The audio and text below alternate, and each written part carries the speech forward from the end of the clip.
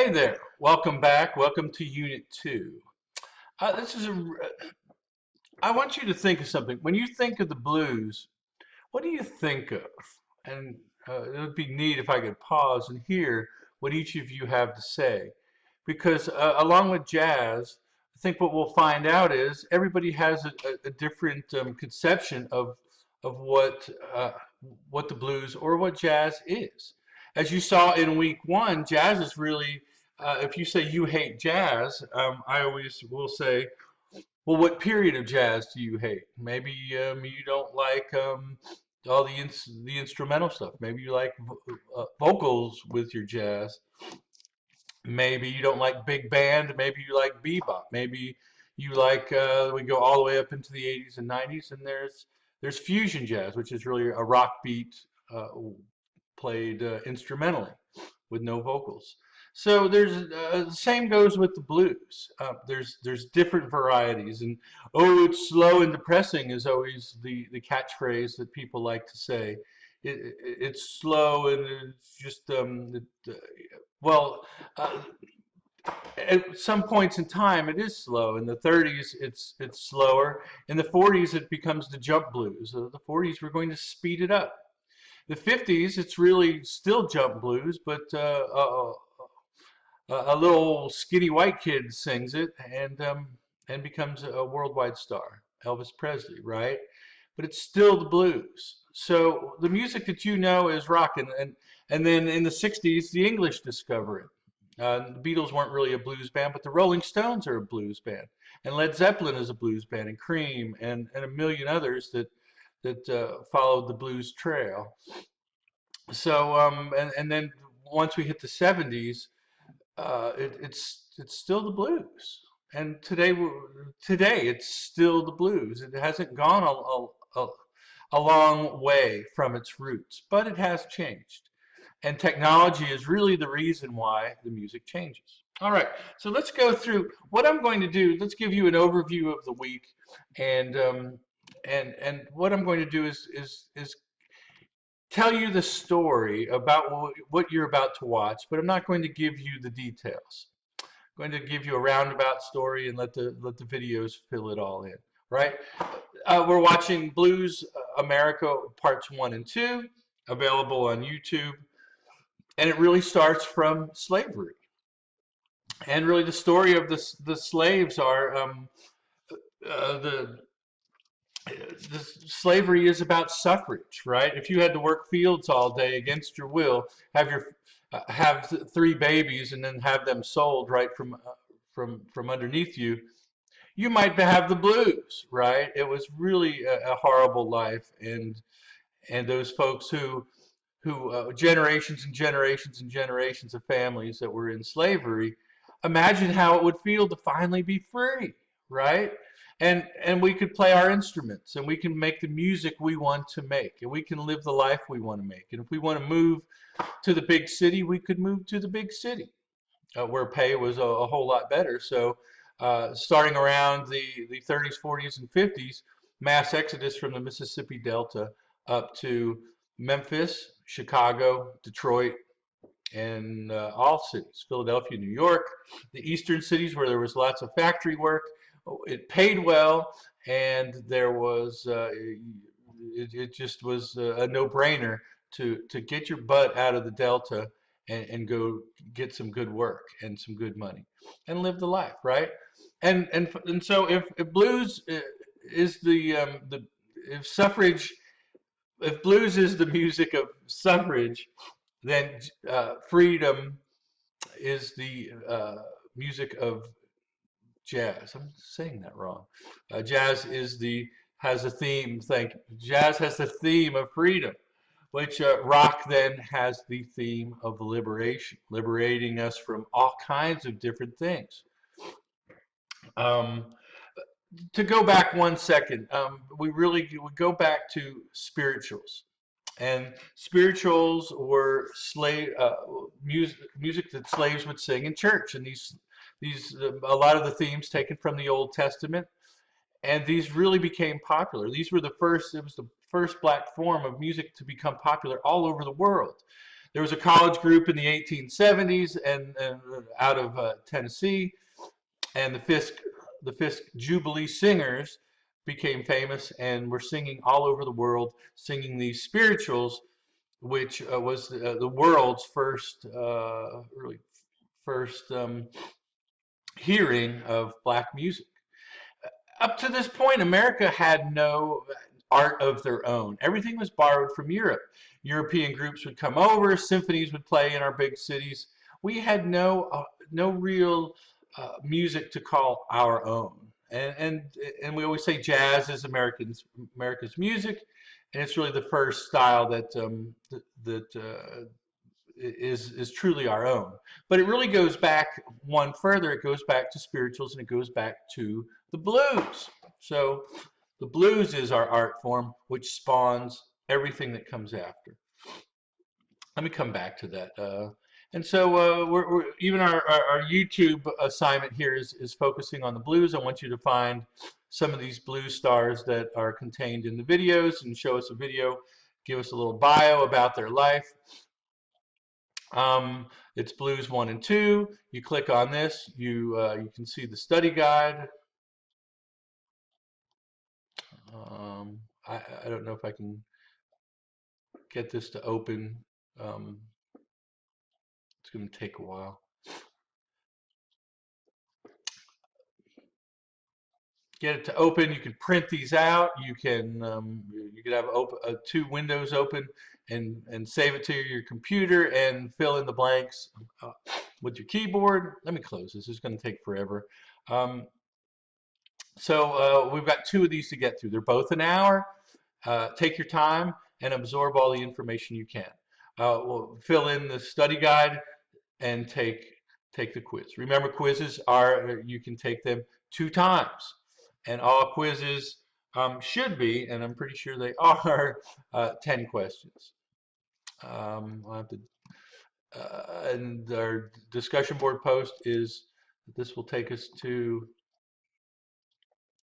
when I'm recording this, my computer runs super duper slow. But anyways, it's called it's a blues YouTube assignment, and I want you can read these directions. I'm not going to read this for you, but use these sites, click on these, and you can find all hundreds and hundreds of blues stars from the 20s and 30s that are relatively, we know about like 20 of them, right? And there's much more to be discovered if you really wanted to get into it. You can there's lots of discovering that you can do. A lot of our stars of today go back and find these songs and redo them. Jack White of the White Stripes, I don't know if you know the White Stripes, that's what he does. He's a musical researcher he collects old records, he loves old time music, and he uses that music as a genesis for his own music. And I did one here for you. You can see it. I picked one of my favorite songs, When the Levee Breaks. I learned it from Led Zeppelin when I was a kid in the 70s. And come to find out, when I started teaching this class, it's an old blues song that's been redone by Led Zeppelin. When the Levee Breaks by Kansas Joe McCoy and Memphis Minnie. So how about that?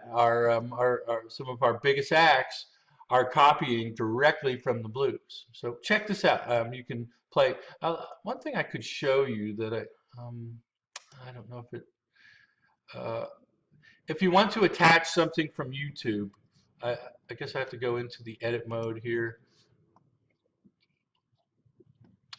You'll use this function. Oh geez, mashups.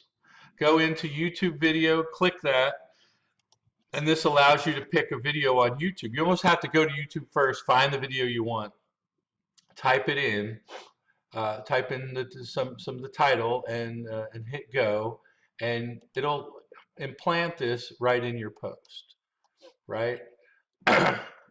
Also, you can use insert links here. Put the title in your subject. This is your subject. This is your message. When you're all done, you click submit. and it should show up in the discussion board. You should see your title and your name. If you don't, something is wrong. So I did it. Here it is. It should be above mine or above the person that's left. Before you do this assignment, make sure that your song hasn't been picked. That's why we want to put things in the subject line here so we know what was picked and you won't pick it. If you pick some same song that somebody else picked, it's a no-go. But you can pick the same artist. Somebody like Bessie Smith, an amazing output of material. I don't mind having 2 songs by Bessie. I don't want 5, but we want to get to know a whole bunch of artists. So, but I'm not going to take points off for same artist, just same song. All right, let me get back into number 2. And let me just tell you a little bit of the story. I started a hair earlier, but the basic themes that we're going to study in these here video lectures in Blues America 1. So let's just we get to this point where the spirituals are known, getting to be known uh, worldwide as these groups are traveling by ocean liner to Europe. Excuse me. But the spirituals by 1900 are going to turn into the blues. And it'll take to the 1920s for the blues form to become what we call the 12-bar blues, which is a standardized form. If you were playing as a solo artist, you could do the blues any way you wanted to. But once we got into Hollywood movies and people are trying to play with groups, we need a form, and we need something we can write down, and eventually it becomes standardized. We call it the 12-bar blues form, and it's by 1920, it's pretty much in place. And jazz helps with that too, as jazz utilizes the blues, and we go from New Orleans jazz and Dixieland jazz into big band jazz, and then we go into back to small group jazz in the 1940s. We call that bebop, right? Um, so by 1900, there's freed black slaves are freed, and we've got people all over the country. Let's just say freed black slaves with access to instruments, and they're playing in bars, and they're playing, they're making money playing music. It became clear very quickly that you could make a good living as a freed slave if you were a musician. You're going to make much more money than out there picking cotton for a quarter a day. You could make dollars a day being a musician. So it was an appealing life, and lots of there was no segregation when it came to music.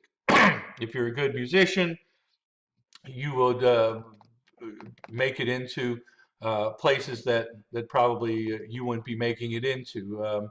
Nice houses and playing in the upper crust of society if you're a really good musician. So it offered a way out, right? Sports weren't really an option.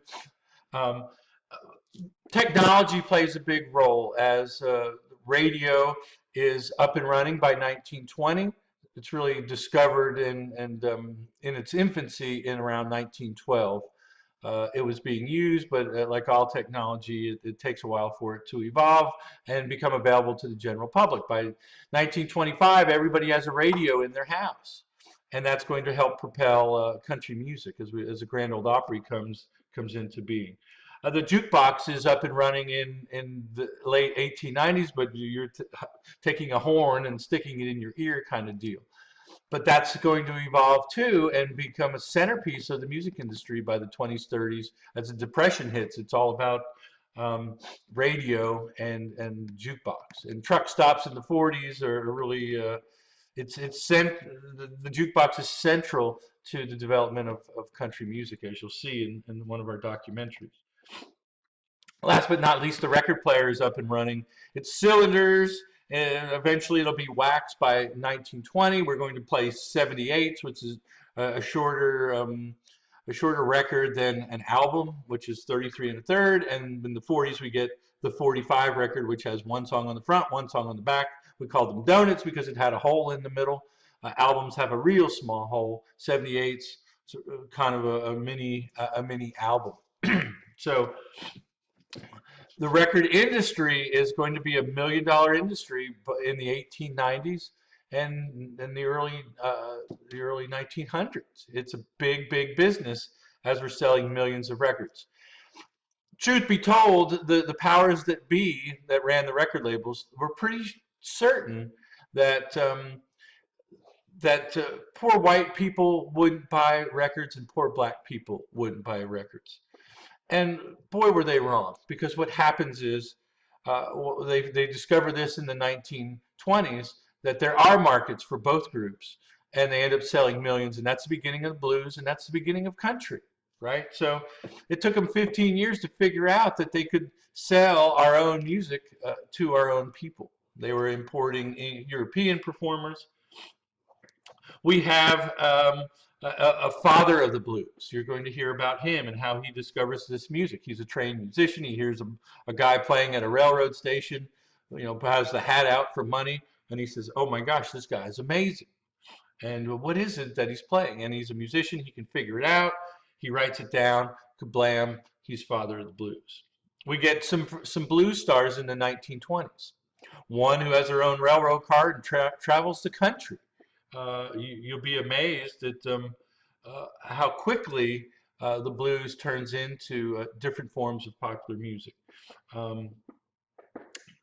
It spreads to other cities, and it goes to Memphis. It all comes from the Delta, right? It's a 100-mile radius of where these musicians were making music in the Mississippi Delta. They first go to Memphis, then go another 300 miles up to Chicago. We can go over to Detroit, and it's going to spread to all cities, and they're all going to play it different ways. It's just like when rap started in New York City, went to LA, and moves to different cities and does different things. It's the same with the blues. It's the same story all over again.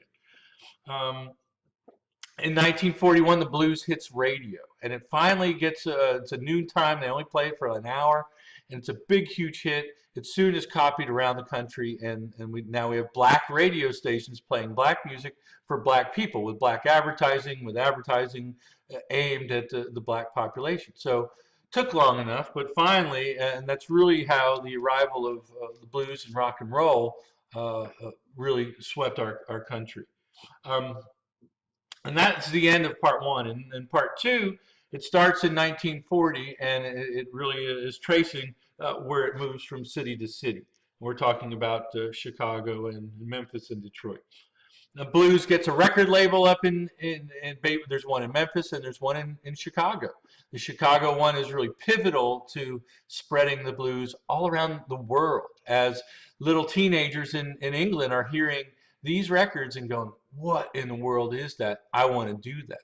And then we get the Rolling Stones and the Animals and Led Zeppelin and Cream and Eric Clapton, and it goes on and on and on. We get from these record labels, we're going to have a bunch of famous Chicago musicians. In Memphis, we get this guy who opens up this record shop, recording black musicians, and not really getting a lot of sales. And he says, "Man, if I could find a white guy who could do what these guys do, I could make $1 million." And by gosh, that's the story of Elvis Presley and his producer, a bit of a visionary who basically got Elvis up and running and had faith, and by gosh, it happened. With Elvis hitting, we get a lot of other musicians that come on his tail. He kicks open that door. Everybody can now walk through it. And you're going to hear about the big star and he's from Chicago, or he's not from Chicago, but got signed by the Chicago label. We get festivals, and in these festivals that are happening let's say it's the 1960s, these festivals are bringing back performers from the 1930s who are now old men. And these old men are now being recorded and being hailed as blues superstars. That's amazing, is it not? What else? Festivals. And the British bands are influenced by these guys, and now we have new British blues bands. In the late 60s, it's going to go from a light blues to a heavy blues. How loud can we make it? The Beatles would basically quit because they couldn't be heard anymore. Well, that's going to change by 1968 and 69 when we have gigantic PA systems that can now, you can no longer have 50,000 girls yelling over a band. It's that big. Um, the 70s is kind of a downtime for the blues, and in the 80s we get Stevie Ray Vaughan and Robert Cray and a bunch of other blues stars who resurrect the style. B.B. King, who's now an old man in the 80s and 90s, and he just died a few years ago, he becomes royalty again. So fame is this roller coaster ride. You're famous, you're not. You're famous again. The old fans remember you 10 years later after a few big hits. It ends with, I think, which is really cool ending to Blues America, Obama in the White House. And if this is, I'm not giving a political speech here. I'm just saying the trail of the black slaves from the fields and the music really lifting up the people to finally having a black president. I think it's a poetic justice for all those slaves and generations of slaves in the 16, 17, and 1800s. And finally, we've come full circle. Uh, this is a great ending. So enjoy this. I think it's really cool. I think you'll like it too when you look at it from the perspective that I just told you about. So enough is enough. Make this end.